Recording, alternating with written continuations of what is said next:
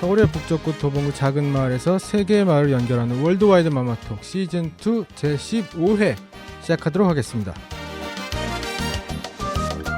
네, 안녕하세요. 날씨가 많이 추워졌어요. 이건 짐작입니다. 네.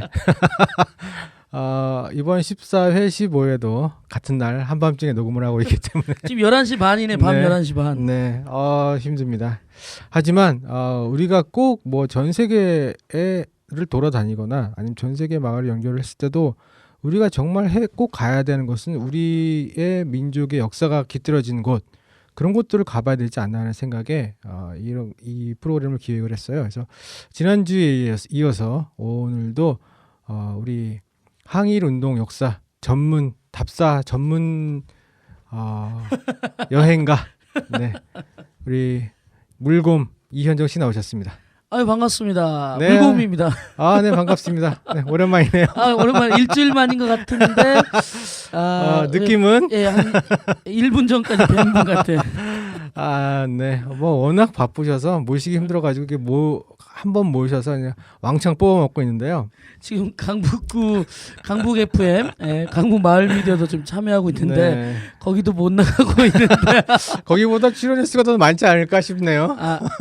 그러긴 합니다만 제가 또 고정하는 건 있지만 그렇죠. 그러니까 뭐 정기 모임이나 이런 건 못 나가고 있어. 제 프로그램은 하고 있는데 프로그램 빵은 안 나는데 네. 그 모임엔 못 나가고 있어서. 그러니까 참 안타깝지만 그래도 저희가 또 워낙 컨텐츠가 좋으셔서 저희가 이거 뭐 빼먹을 대로 빼먹어야지 되지 않을까 그런 싶습니다.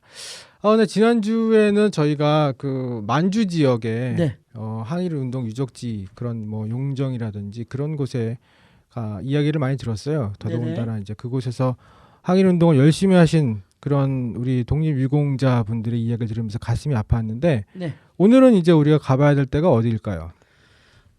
이제 시선을 좀 동쪽으로. 네. 그래서 두만강 거의 바다 동해와 만나는 바로 위쪽에 있는 연해주 지역으로. 네. 그래서 이제 그곳에는 뭐 블라디보스토크, 네. 우스리스크, 그다음에 크라스키노, 핫산주라고 하죠. 네. 핫산주 이렇게 그곳을 우리 독립운동 유적지 그리고 까레이스키라고 하는 고려인들의 삶 그리고 뭐 실제로 발해 유적지도 좀 남아 있고요.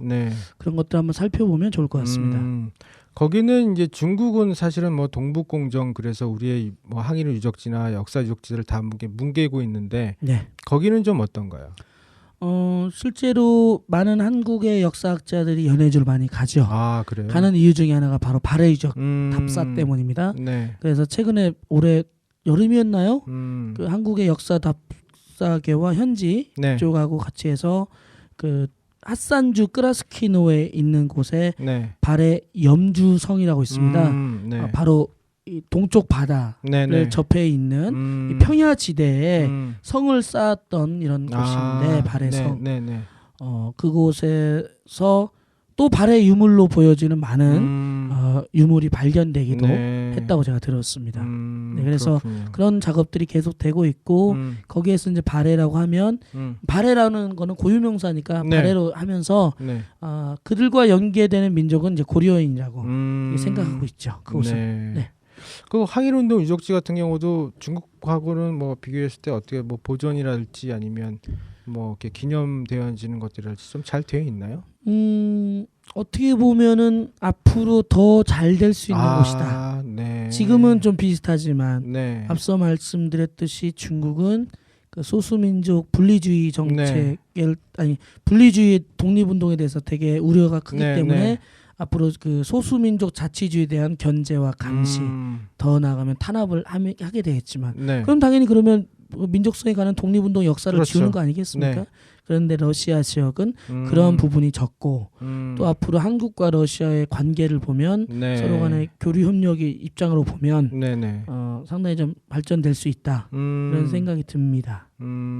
왜냐하면 견제와 감시를 받을 게 없거든요. 거기는. 그렇군요. 좀 거기 유적지 이야기들을 좀 소개를 좀 해주시죠.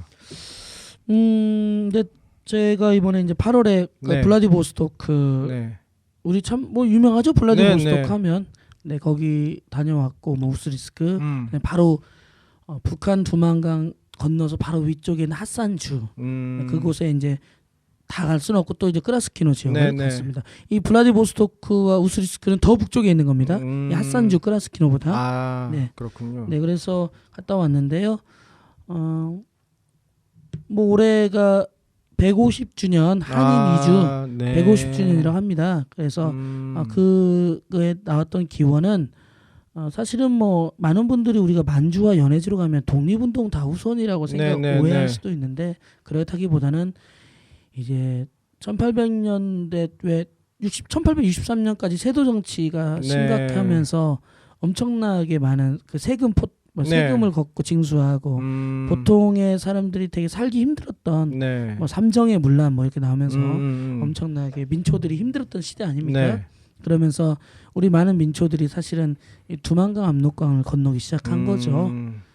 이때 마찬가지로 연해주 지역으로 넘어간 거죠. 그러면서 이제 1863년부터 뭐 시작되면서 본격적으로 뭐 이렇게 좀 기록이 남고 한 건 64년도부터다 해서 올해가 이제 2014년이다 보니까 150주년 한인 이주, 한인 러시아 이주 150주년 기념이 되는 해가 되고요. 바로 그 두만강 건너서 지시너 마을이라는 곳이 있는데요. 그 마을부터 바로 강 건너니까요. 그래서 정착을 하게 됐고 당시 이제 그 러시아 입장에서는 아무도 잘 살지 않고 또 한인들이 여기서 살고 뭐 이렇게 한다면 뭐 크게 손해 볼 게 없으니까 또 그들하고의 처음의 관계는 좋았다고 합니다. 그래서 그 지시너 마을을 시작으로 해서 이제는 우리 동포 사회가 많이 좀 더 북쪽으로 올라갔겠죠. 올라가고 이제 우스리스크, 블라디보스토크 그렇게까지 올라가고 이제 하바로브스크는 더 우스리스크보다 훨씬 더 위쪽이거든요. 뭐 이런 데까지 이제 펼쳐져 갔던 거고요. 그러면서 이제 일본이 이 조선을 이제 침략하고 이제 조금씩 조선의 모든 것들을 가져갔을 때 이제 우리 해외 당시 연해주에 있던 동포들은 그것으로부터 좀 자유로우니까 이제 독립운동을 시작하게 된 거고요. 그러면서 이 좀 지형이 좀 특별한데 이 블라디보스토크는 이 반도처럼 이렇게 가운데로 밑으로 쭉 뜯어져 나와 있잖아요. 그러니까 어떻게 보면 우스리스크가 더 북쪽이지만 이 북한을 두만강을 건너서 북쪽으로 계속 올라가면 먼저 위도상은 블라디보스토크가 더 아래지만 더 먼저 만나는 건 우스리스크죠. 왜냐하면 블라디보스토크로 가려면 배를 타지 않는 이상 육로로 가려면 우스리스크에서 밑으로 내려가야 그렇죠. 5시 방향으로 있으니까 오른쪽으로 꺾어서 밑으로 내려와 이렇게 반도처럼 밑으로 뾰족하게 내려와 있기 때문에 그래서 우스리스크에 우리의 더 많은 독립운동사가 남아 있고요. 우선적으로 뭐 그렇게 짧게만 말씀드렸습니다. 그 우스리스크의 독립운동 그 사들이 많이 남아 있다고 얘기를 하셨는데 거기에는 뭐 어떤 것들이 좀 남아 있는지 좀 알려주시면. 그 연해주에서 우리 독립운동의 핵심 지역은 바로 우스리스크죠. 우선 제가 이제 블라디보스토크 이제 갈 때는 이제 비행기를 타고 왔습니다. 인천공항에서. 근데 좀 색다른 거 되게 좀 이건 좀 너무 신기했는데 전 블라디보스토크는 처음 갔어요 이번에. 근데 북한을 가로질러 못 가요. 그러겠죠. 그리고 저는 동해상으로 갈 줄 알았더니 그렇지 않게 가더라고요. 어떻게 가요? 제가 아시아나항공을 탔거든요. 인천에서 대련 쪽으로 가더라고요. 대련. 그 그러니까 대련이면 약간 북쪽인데 약간 11시 반 방향. 그러니까 12시 방향으로는 바로 못 가고 약간 11시 반 방향. 약간 서쪽에서 가서 거기에서부터 틀어서 압록강 두만강이 오른쪽으로 사선으로 이렇게 펼쳐져 있지 않습니까? 약간 그러니까 그렇게 가더라고요. 그럼 강 따라서 이렇게 쭉 올라가는 것처럼? 강보다는 약간 중국 쪽이죠. 그래서 저는 근데 그 일대를 10차례 넘게 다녀왔지 않습니까? 그래서 밑에 지형을 보면 이게 어디쯤인지는 대략은 알잖아요. 아무리 높아도 보이잖아요. 그거 정말 색다르더라고요. 그래서 딱 갔는데 이제 그 대련까지 완전히 가진 않고 대련은 완전히 서쪽이니까 이거 생각해 보니까 단동 비슷한 데까지 올라가더라고요. 단동은 북한 신의주랑 연결되는데 그러니까 단동에 약간 서쪽까지 갔다가 거기서 이제 틀어가지고 오른쪽 사선으로 이렇게 약간 위로 올라가는 거죠. 압록강 따라서. 근데 딱 보니까 신의주 단동이 어딘지를 딱 보이는 거예요. 왜? 압록강 하구가 보이잖아요. 네네. 그리고 이게 강 따라오다가 하구 바다를 딱 만나는 데가 네. 보이지 않습니까? 네. 그것도 보이고 그다음에 이제 그 이쪽 서쪽으로 심양 쪽이나 그쪽은 벌판이에요. 산이 하나도 없어요. 그래요? 근데 압록강 방향 쪽으로는 산이 많아요. 아. 네, 그러면서 거기에 주몽이 처음에 세웠다는 네네, 환인 지역, 네네네네. 졸본성이 있다는 응. 정확히 환인 지역인지는 하늘에서 못 보이지만 음. 그래도 거기가 산세가 험하거든요. 되게 그런 데가 많아. 그런데 그런 산세도 저 멀리 보이고 오른쪽으로 네. 저 멀리 이제 뭐 그 강줄기 조그맣게 보이고 쭉 가다가 백두산처럼 막 산이 높은 게 좀 또 멀리 보이고 그래요? 오른쪽으로 네, 좀 쭉 가다가 이제 뭐냐 그 동해 네. 두만강 네네네. 이게 또 보이는 거예요. 두만강 이제 처음에 그 백두산을 기준으로 처음 물줄기는 작아서 안 보이지만 네네네. 좀 중하류 지역으로 갈수록 넓어지니까 물줄기가 보이는 거예요. 이제 딱 보이면 이제 이게 도문 지역 뭐 이런 비슷한 데도 있고 그래 도문보다 약간 위쪽 북쪽 이런 거 보니까 네.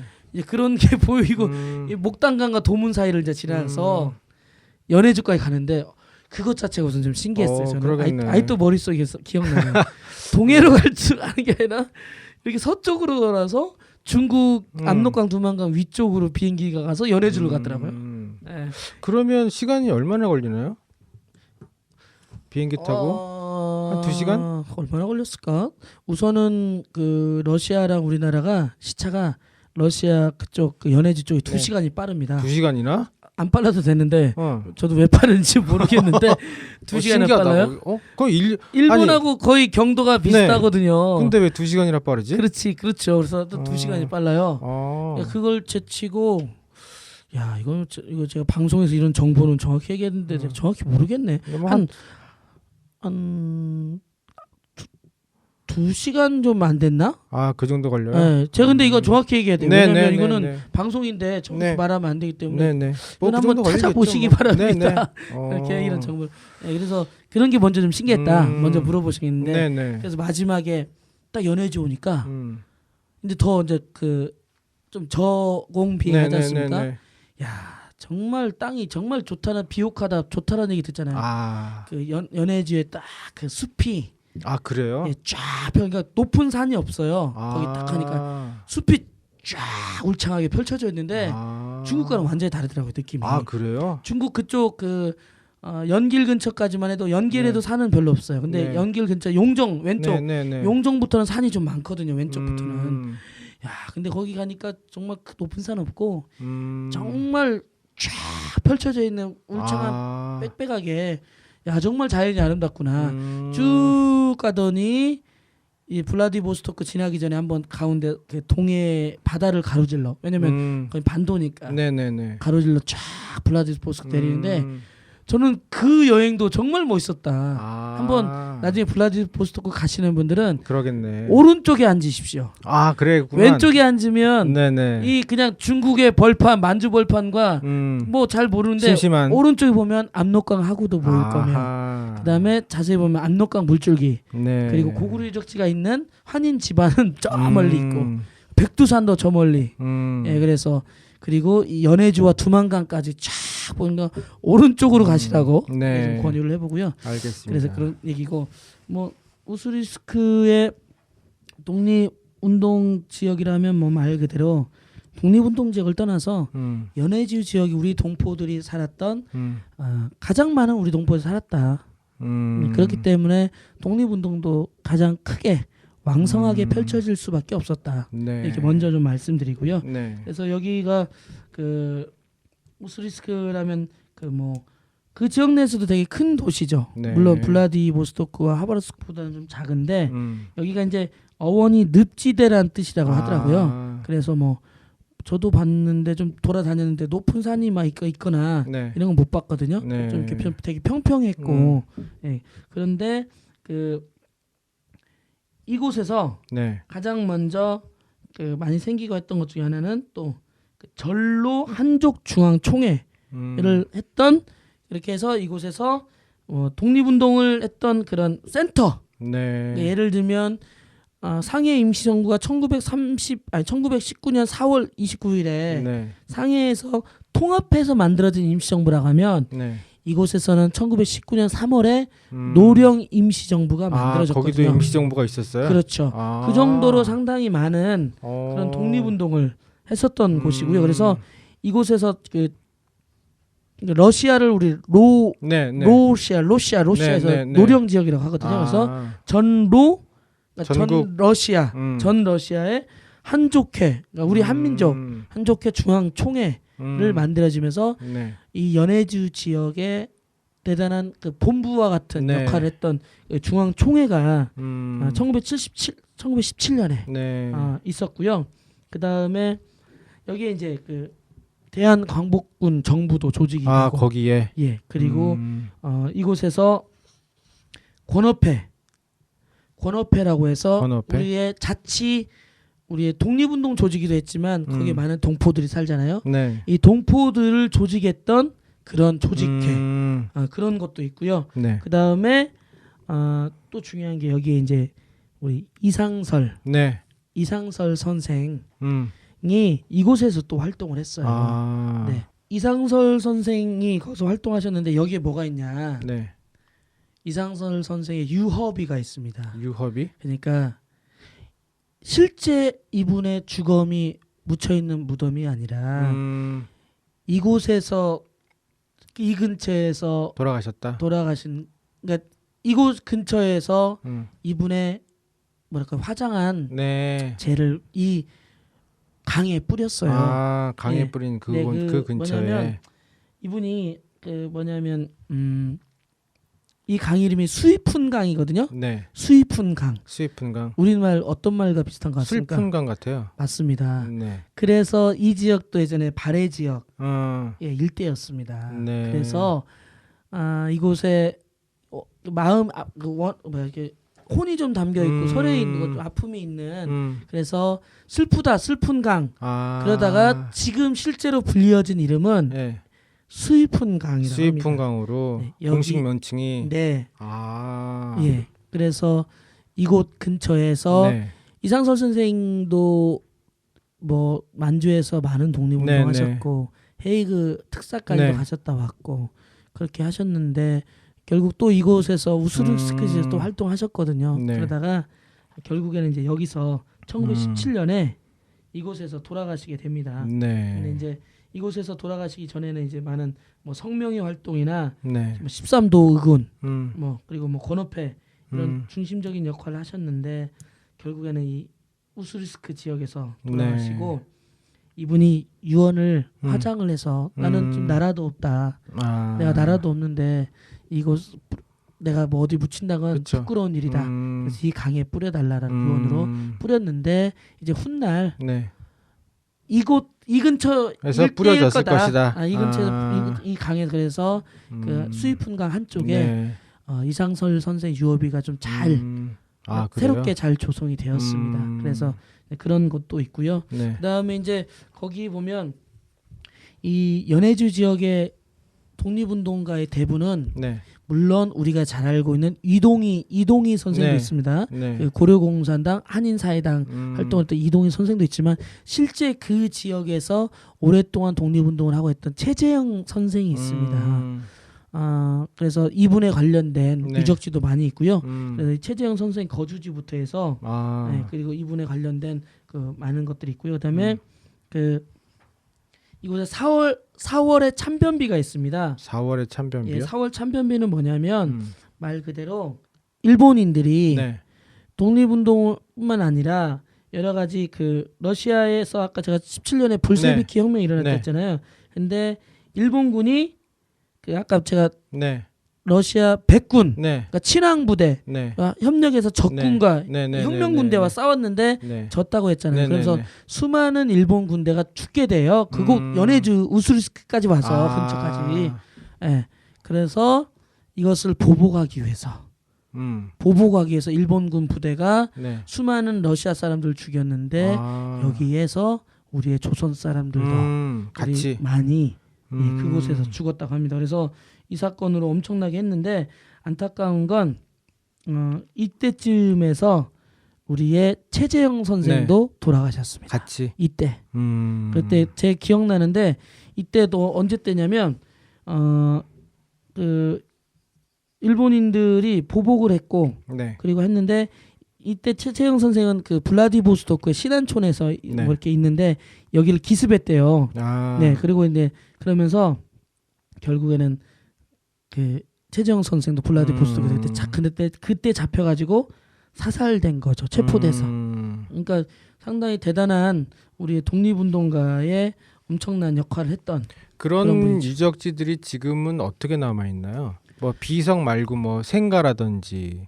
최재형 생가 지금 갔더니요. 다른 러시아 사람이 쓰더라고요. 아, 그냥 살고 있어요. 네, 그리고 그 길가에 여기는 최재형 선생의 그 생가입니다라고 한 가로 3-40cm, 세로 3-40cm 정도 해서 그 왜 세로 돼 있어서 그 위에 이렇게 판에다 쓴 거 있었습니까? 그렇게 해서 해가지고 그 한국의 어느 단체에서 한국 정부가 이렇게 해서 지원해서 이 러시아 연해주 지역 독립운동 그 유적지는 조금씩 이렇게 좀 이렇게 뭐랄까 정비가 되어지고 있어요? 되어가고 있다는 걸 볼 수 있었습니다. 근데 지금 그 집은 러시아 사람이 살더라고요. 제가 막 한참 제가 저희들이 일행이 보고 있는데 러시아 일행 살고 있는 주민이 나와가지고 그냥 가족들이 어디 가고 그러니까 누가 살고 있더라고요. 그 집은. 그래서 그리고 바로 그 맞은편에 아까 제가 얘기했던 전로 한족에 그 중앙 총회가 바로 가까이 있었죠. 그래서 최재형 선생에 대해서만 제가 좀 말씀드리면 정말 저는 나중에 영화를 하는 편 저에게 쓰라고 하면 저는 이회영 선생이나 이 최재형 선생의 일대기를 다루는 역사 드라마 영화가 있어요. 드라마는 한번 나왔어요. 이회영 선생 드라마는 몇 해 전에. 여러분 혹시 이 방송을 들으시는 분 KBS 드라마인데 자유인 이혜영 한번 검색해서 5부작인데 꼭 한번 보십시오. 정말 무조건 물론 뭐 좀 약간 갈등을 조장하기 위해서 뭐 과장된 것도 있지만 정말 진정한 자유가 무엇인지 참 저는 그때 당시 KBS에서 이런 드라마를 만들 수 있다는 게 그 당시 그러니까 이게 노무현 때였나? 꽤 됐어요. 노무현 때니까 됐겠죠. 아니면 바로 노무현 직후였던 2008년이나 2009년. 상당히 저는 보고 놀랬어요. KBS에서 이런 드라마를 만들 수 있나? 그런데 정말 그랬던 분이지만 이 최재형은 어떤 분이냐? 이분 같은 경우는 이제 1858년생인데 바로 아까 했던 그 1920년 4월 참변 때 돌아가셨잖아요. 1920년 4월에 그때 돌아가셔요. 그러니까 이제 뭐 한 뭐랄까 70 아니다. 58년생이면 63세 62세 3세 63세 때로 돌아가셨네. 근데 이제 이분도 노비 출신이었는데 이제 어렸을 때 아주 어렸을 때 9살 때 부모를 따라서 노비였던 부모를 따라서 이 시베리아 지역 그러니까 시베리아 지역이긴 한데 이제 어디였냐 바로 연해주 지역이죠. 지시너 마을로 이주했죠. 초창기 마을은 바로 두만강 건너서. 근데 여기서부터 이제 지냈는데 여기서 이제 그 부모님이 이제 돌아가시고 형수 가족들이 하도 구박해서 집을 뛰쳐나와요. 어린 나이에. 근데 제가 왜 영화를 쓰고 싶냐? 이때 선원들 따라서요. 거기에 그 항구들이 되게 많거든요. 블라디보스토크는 더 좀 멀으니까 근처에 포시에트 항구부터 해서 항구가 되게 많습니다. 그 지역이 동해로 빠져드는 선원들을 따라서요. 1860년대니까 우리나라 사람 중에 선원들 따라서 전 세계 아프리카, 아시아, 유럽 이런 걸 7년간 항해했던 사람이 누가 있겠습니까? 대박이다. 이거 완전한 거 아니고 스토리 아니겠습니까? 이 최재형 선생. 그때 그래서 전 세계를 돌아다닌 거 아니에요. 이 10대 소년이 그러면서 세상이 어떻게 돌아가는지 세계 정세를 파악하고 또 굳은 일도 해가면서 곳곳에 사람들을 만나면서 그러면서 자신이 앞으로 어떻게 살아갈지 고민도 많이 했겠죠. 그러면서 근대 문명도 배우고 그래서 1887년에 다시 블라디보스토크로 돌아와요. 그러면 이제 거의 30살 때죠. 그렇죠. 그러니까 10몇 년을 가까이 뭐 이렇게 돌아다니고 했던 거죠. 세계인이네, 세계인. 그렇죠. 그 당시에 19세기 중반 우리나라 당시에 조선 사람 개화도 중에 안 됐을 무렵이잖아요. 그렇죠. 조선 사람 중에 이렇게 그러네. 전 세계를 아프리카, 아시아, 유럽을 돌아다녔던 자가 누가 있었겠습니까? 그렇다. 이제 그런 걸 배우면서 무역업을 해요. 무역업. 이제 본 게 많잖아요. 그래서 돈을 정말 많이 벌었답니다. 아. 예, 노비 출신이었지만 무역업을 통해서 돈을 많이 벌었는데 근데 이제 이분이 이제 부모가 일찍 돌아가신 건 아니었답니다. 근데 그 이제 부모와 함께 이제 농장도 운영하고 그다음에 러시아 쪽 군대 쪽하고도 이렇게 납품도 하고 네. 그러니까 사업을 많이 한 거죠, 엄청나게. 네. 그러다가 이분이 러시아도 잘하고 세계를 돌아다니고 영어도 하고 했잖아요. 그러니까 러시아 쪽 관계된 사람들과 관계들이 많이 좋아져요. 그러겠지. 그 당시에 조선에서 넘어온 사람들이 러시아어를 할 수 있는 사람 누가 있었겠고 네. 또 세계 정세를 읽을 수 있는 사람 누가 있었겠어. 그래서 이분이 한인 사회와 관련돼서 책임자 역할도 하게 돼요. 그러겠다. 러시아 정부와도 그쵸. 가까워지고 돈도 많겠다. 돈도 많고. 그런데 반가운 건 이분이 또 한인 자치기관도 만들고 1885년에 본인의 돈과 열정으로 그러니까 졸부는 아니었던 거지. 우리 졸부들 얼마나 많아 지금. 그렇죠. 자기 돈만 있으면 어떻게든 세습 시켜주려고 하고 세금 안 내게 하려고 그러는 건데 이분은 자기가 돈도 벌지만 이주해온 한인들을 위해서 무언가를 해야겠다는 건 이제는 좀 바뀌어진 거죠. 자기도 뭔가를 해야겠다. 그러면서 그 당시에 한인들 교육도 시키고 또 매년 교포 유학생 한 명을 당시만 해도 모스크보다 상트페테르부르크가 더 큰 도시 아닙니까? 옛날 러시아는 그렇죠. 거기에 유학까지 보내줬답니다. 이분이. 우리 조선 교포 청년들 열심히 한 애들은. 지금 그게 1900년 전이잖아요. 그렇죠. 1900년 전에. 네. 그래서 한인 자치기관도 만들고 유학도 보내주고 한인 사회를 이끄는 실질적으로 했고 이분이 그런 재력을 자기 것들을 많이 했던 거죠.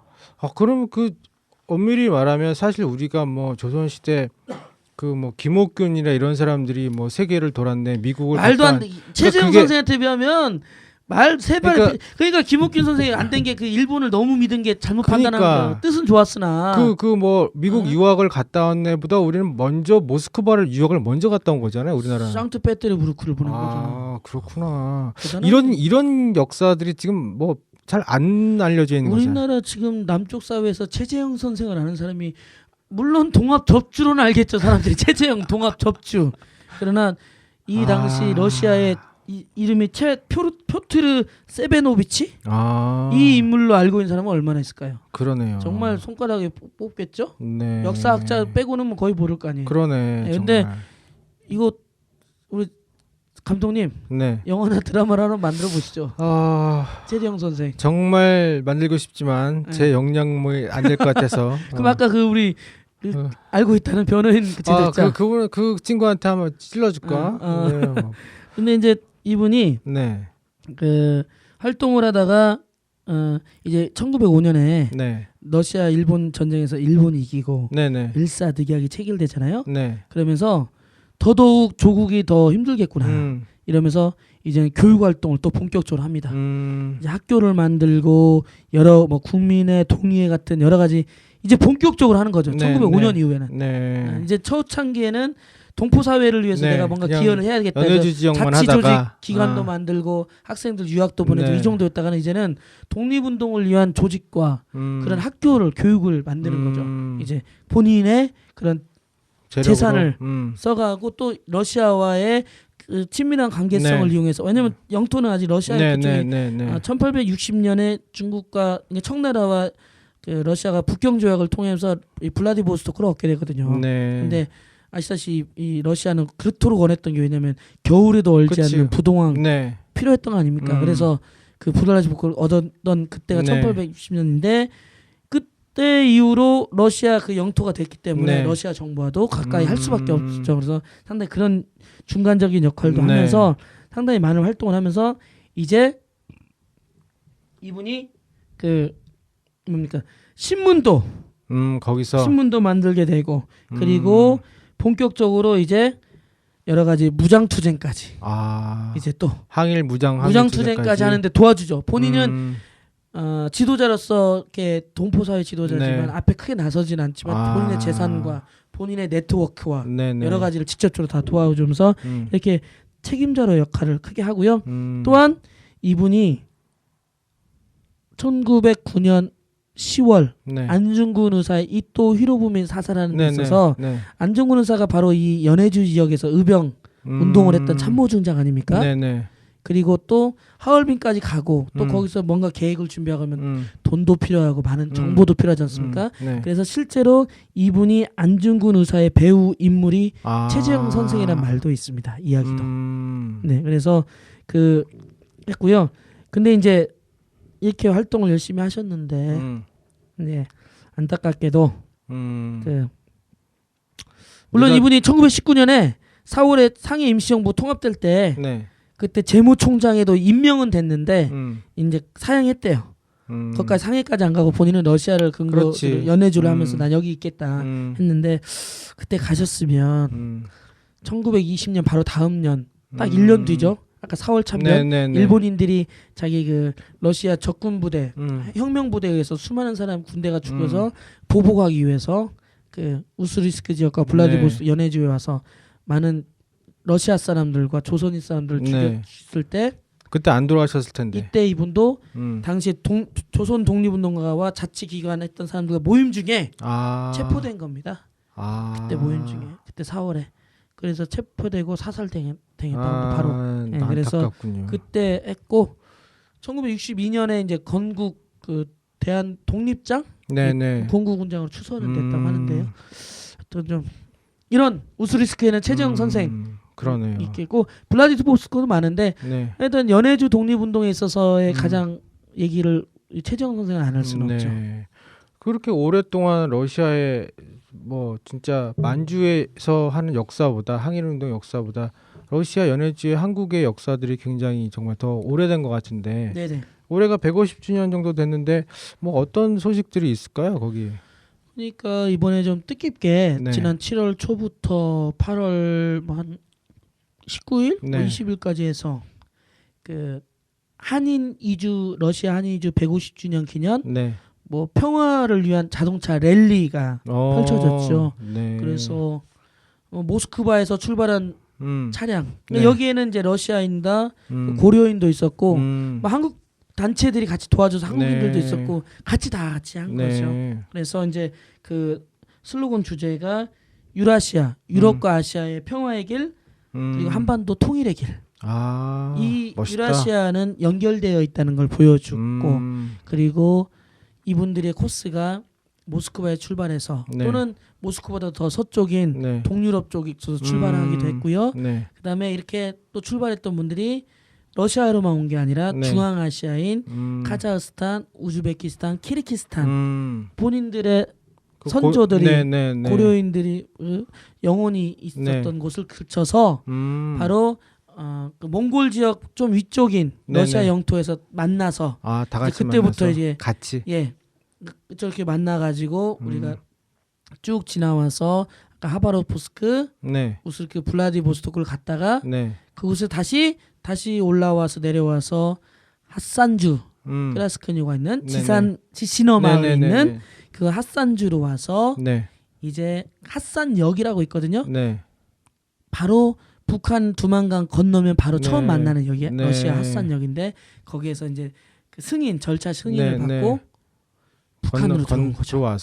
들어와서 백두산을 들려서 또 다시 들려서 평양을 지나서 많은 행사와 그리고 개성을 지나서 분단 이후 최초로 북에서 남으로 그러니까 대륙에서 통해서 대륙을 통해서 북으로 들어갔다가 자동차로 다시 북으로 군사 분계를 지나서 남으로 8월 16일에 넘어왔거든요.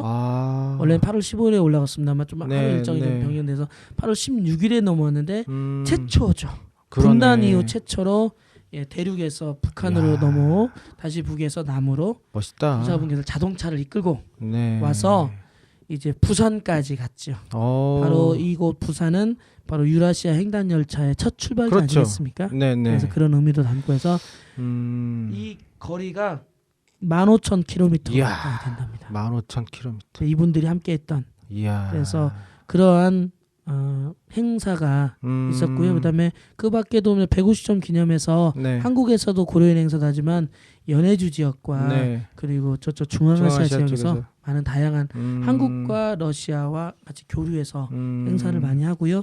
또 올해부터 비자가 이제 러시아로 한국 사람이 갈 때는 무비자입니다. 그래요? 그렇게 됐습니다. 러시아 쪽도 많이 가보면 좋을 것 같아요. 이제는. 그럼요. 네, 아까 그 멋있는 비행기 얘기도 해주셨고. 네네. 블라디보스토크는 아까 사실은 좀 얘기를 네. 좀 못했는데 여기는 아까 좀 우스리스크 얘기했으니까. 네.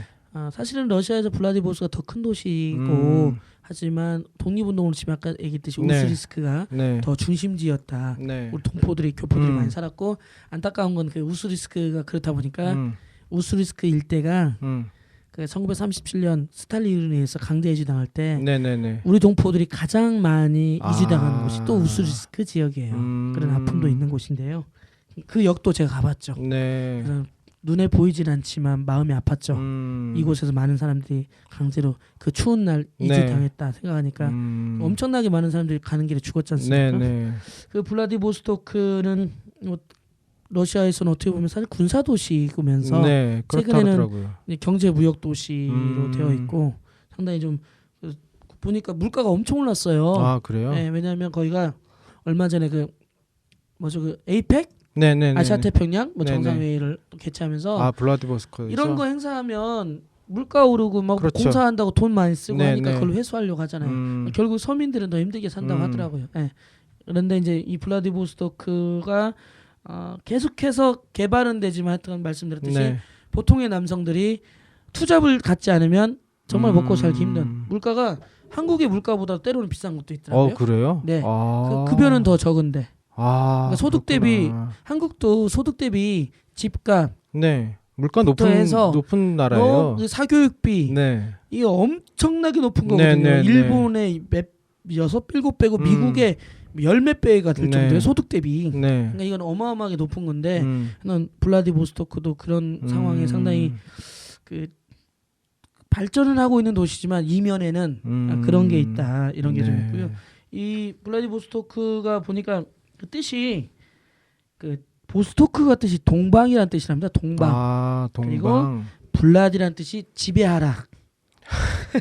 동방을 지배하라. 그러니까 이야, 무섭다. 이게 그러니까 그 군사 도시예요, 블라디보스토크. 항구. 아까 제가 1860년 북경 지역으로 부동항을 얻은 게 이게 상당히 이제 지금은 그렇게 되면서 태평양으로 넘어갈 수 있는 경제무역 도시로 됐지만 이게 사실은 이제 그래서 블라디보스토크 중심에는 바로 그 강가에는 그 군함들이 많죠. 그래서 저도 보고 깜짝 놀랐어요. 군함들이 그냥 일반 배들 옆에 있어요. 깜짝 놀랐는데 그래서 이제 있는데 우리가 이제 이곳에 신안촌을 얘기할 수밖에 없는 게 이곳은 원래는 다른 곳에 한인들이 있었는데 쫓아냈어요. 그곳에 뭐 다른 걸 당시 러시아에서 뭘 하려고 그래서 새롭게 만든 그 한인촌에서 신안촌인데 이곳에서 많은 독립운동이 일어났죠. 예를 들면 학교부터 해서 아까 신문사 그리고 이동희 선생 생가가 또 여기 신안촌 내에 있어요. 그래서 이제 신안촌 내에 있는 그런 기념비도 있고 그리고 이곳에 이제 항일운동 기념비 있는데 안타까운 건 이번에 갔지만 거기 독립문도 있습니다.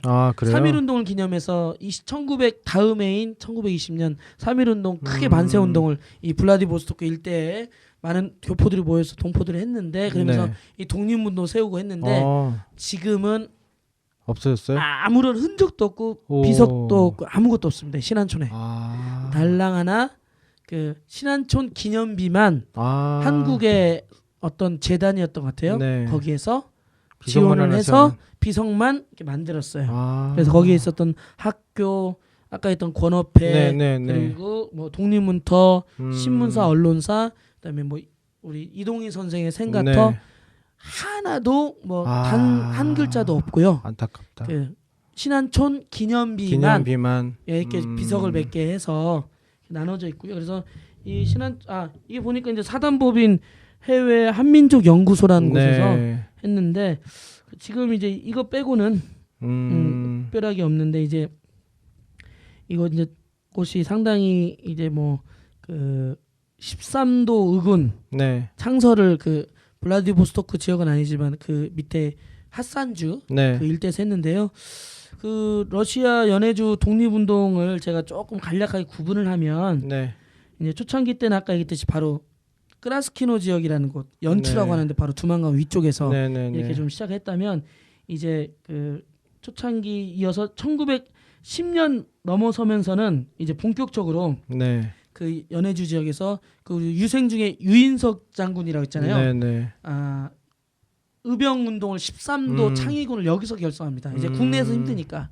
그래서 이 국내로 진공하고 하죠. 침공하고 이런 것들도 이제 하게 되고 한인 자치기구 아까 말씀드린 최재형 선생, 네. 그 이동희 선생 이렇게 하는데 이곳에 자치 활동하면서 그 신문 건어 신문이나 만드는데 여기에는 우리가 잘 알고 있는 신채호 선생도 왔었고요. 막 이상설 선생도 이곳에 왔었습니다. 1910년대 초반이거든요. 그래서 이곳에서 오고 또 그 많은 분들이 이동희 선생, 최재형 선생, 문창범 선생 이런 분들이 중심에서 대한 국민의회라는 것을 거기에 또 만들게 되고 그러면서 독립선언도 발표되고 아까 노령 임시정부 나중에 이제 그 다음 한 달 뒤에 상해 임시정부로 통합됐습니다만 그리고 중요한 게 노인들의 동맹단도 만들어서 그 강우규 의사라고 이 서대문 형무소에서 저기 순국하신 분이고 사형당하신 분인데 이분이 65세의 나이도 그러니까 지금으로 치면 80세가 넘은 거죠. 이곳 그 만주 지역의 산 지역의 노인 동맹단 지역 지부장이었는데 1920년 사이토 총독이 부임합니다. 서울역에 그걸 알고 서울역 연해주에서 서울역까지 와서 폭탄을 던졌어요. 안타깝게 성공은 못했지만 다른 좀 몇 명이 죽긴 했지만 또 사이토 총독은 죽지 못했지만 그래서 좀 이렇게 피했는데 결국은 잡혔어요. 그래서 서대문 형무소에서 투옥됐고 순국했는데 이분이 마지막 했던 말이 유언이 있는데 제가 지금 생각이 안 나는데 뜻만 말씀드리면 정확하게 워딩은 아닌데 정말 주옥 같은 말씀이었어요. 그러니까 65세면 그쵸. 지금 완전 80세 이상 아닙니까? 할아버지죠. 나는 실패하지 않았다. 사이토 총독을 죽이지 못해 실패하지 않았다. 나의 이러한 의로운 행동이 그동안 잠자고 있었던 우리 조선 청년들을 깨웠다. 나는 그것만으로도 성공했다고 믿는다. 그런 말씀을 그런 취지의 말씀을 하고 가십니다. 이 당시 65세 노인 동맹단. 근데 지금의 우리 노인들 뭐 하고 계십니까? 어버이 연합회 뭐 하고 있어요? 완전히 대비되잖아요. 옛날에 노인 동맹단 또 그다음에 우리 그 여성 그 독립운동도 얼마나 치열하게 했습니까? 그렇죠. 근데 어버이 연합회 지금 뭐 하고 있어요? 기운만 남아 있네요. 뭘 이렇게 잘 먹어가지고. 근데 이제 그런 많은 그 독립운동 대일투쟁이 직접적으로 하는 게 많이 발전이 됩니다. 그러면서 있는데 안타깝게 이제 그 1920년대 초반에 러시아가 내전에서 승리하면서 백군을 몰아내고 승리하면서 우리의 독립운동은 이제 많이 좀 위축이 됩니다. 러시아 쪽에.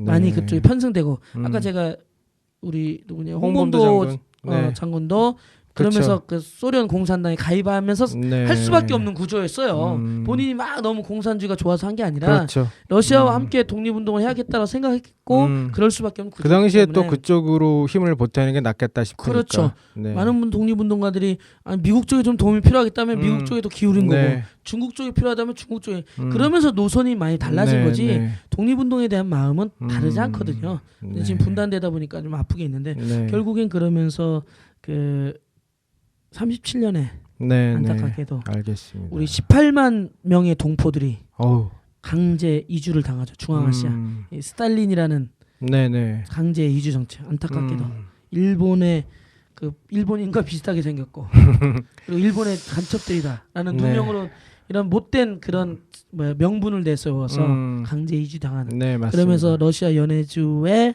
우리의 동포사는 그로부터 끝이 납니다. 안타깝게도. 그 뒤로는 뭐 사실 우리랑 또 관계 없는 땅처럼 느껴졌는데 그렇죠. 이번에 한번 뭐 그동안 만주 지역이나 또는 중국 지역 그다음에 러시아 지역까지 독립 유곡 유적지들을 이게 뭐 10여 차례 돌아다니시면서 느낌이 어떠셨어요? 이제 제가 2005년도부터 2014년 올해까지 이렇게 다녔는데 그래서 한 15번 정도 다녀왔는데요.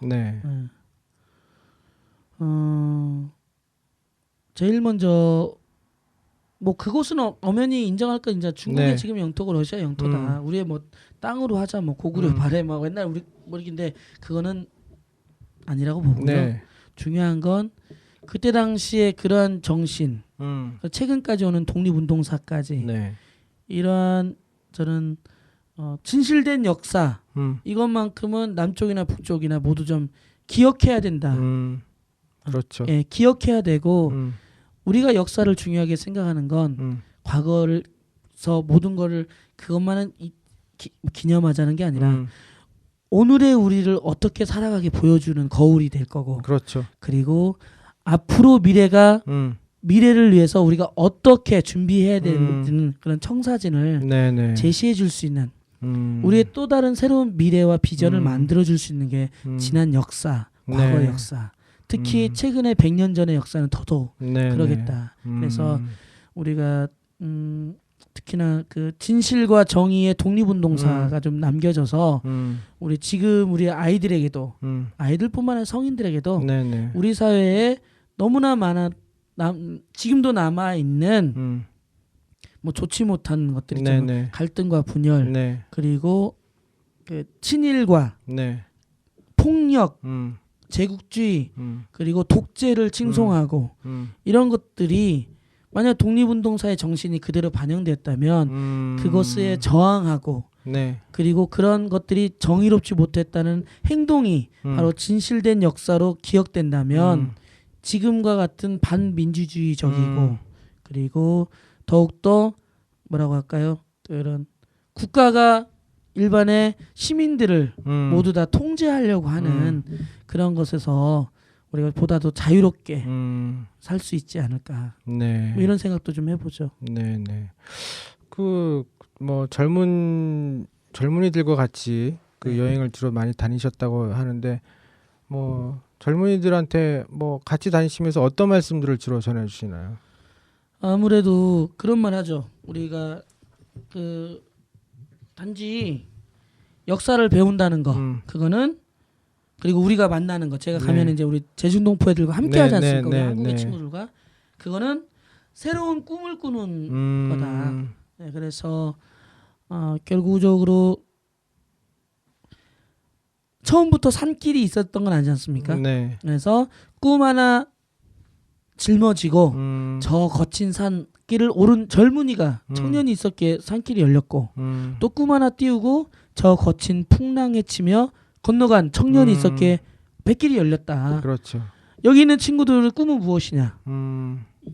이곳에 남과 북이 갈라져 있는 상황 속에서 정치적 호수가 되어버린 분단된 섬나라 이 섬나라 대한민국에 살면서 아둥바둥 서열과 경쟁 위주로 살아가면서 그렇죠. 인간이 타인을 짓밟아야지만이 성공할 수 있다라는 그러한 경쟁 위주의 이 대한민국의 이 섬나라에서 우리는 인간답게 사람답게 살 수 있는 그런 세상을 꿈꾸기 위한 기본적인 토대는 바로 이런 비정상적인 분단 체제를 극복하고 대륙 만주 대륙으로 뛰어넘어 유라시아 대륙으로 이어질 수 있는 그런 미래지향적인 우리의 삶을 만들어보는 희망의 씨앗을 가져보자. 네. 좀 이런 거창한 얘기를 아닙니다. 거창한 얘기를 하죠. 네, 예. 거창한 이야기라도 사실 우린 너무나 좁은 땅에서 좁은 세상을 가지고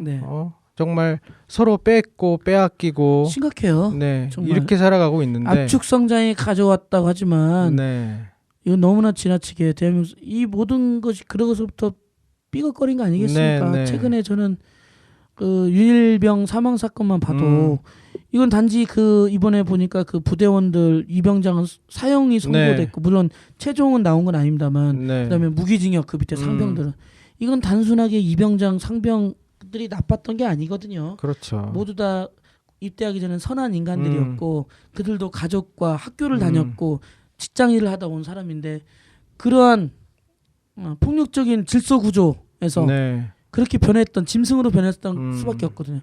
우리 얼마나 OECD 중에서 전 세계에서 청소년 자살률이 제일 높지 않습니까? 그러니까요. 청소년뿐만입니까? 우리 성인들도 마찬가지로 노인들도 그렇고. 맞습니다. 왜 그렇게만 이렇게 사회가 아무리 사회가 발전됐다고 맨날 대한민국 발전됐다는 나라라고 하지만 우리 실제 인간으로서 우리 그리고 삶은 과연 얼마나 발전되었을까? 맞습니다. 이런 생각을 해보면 뭐 어떤 분들 꼭 역사하고 무슨 상관이겠냐지만 과거의 역사를 통해서 최근의 독립운동사의 그 진실과 정의 역사를 통해서 오늘날 우리 사회가 인간답게 살 수 있는 구조를 만들었던 거를 하기 위해 그들은 나라를 되찾고자 했던 거죠. 기본적인 거. 그리고 나라를 되찾은 다음에는 모범적인 공화국을 만들고 싶었던 거죠. 민주주의를. 그렇기 때문에 그 공화제를 꿈꿨던 거죠. 그러나 대한민국이 오늘은 갈수록 최근에 박근혜 사이버 사찰부터 해서 그 심각한 인권 유린까지 뭐 이런 상황을 보면 오늘날에도 다시금 우리는 그 독립운동사에서 배웠던 진실과 정의의 역사 이런 게 저는 여전히 성인과 우리 청소년들과 아이들에게도 필요하다. 모두에게. 그래서 역사는 매우 중요하지 않을까 생각이 듭니다. 저희 마마톡이 뭐 역사 전문 방송도 아니고 정치 전문 방송도 아니지만 독립운동 항일 유적지 그 중국과 러시아 쪽에 있는 곳들을 찾아보면서 그분들은 어떻게 세상을 살아왔고 그 험한 세상을 돌파해냈고 그다음에 또 그 험한 세상을 돌파해내면서 흔들리지 않는 내 마음속의 신념을 어떻게 지켰고 그것을 우리가 생각해 보면 지금도 살아가는데 물론 우리가 무슨 뭐 일본한테 지배당하는 것도 아니고 누가 와서 나한테 뭐 잡아서 뭐 총으로 쏴 죽이는 것 같은 세상이 아니지만 그래도 우리는 흔들리는 신념을 지켜야 되는 그런 삶을 살아가야 되지 않나 하는 생각에 이번 마마톡은 그런 의미에서 저희들한테 굉장히 중요하다고 생각하고요.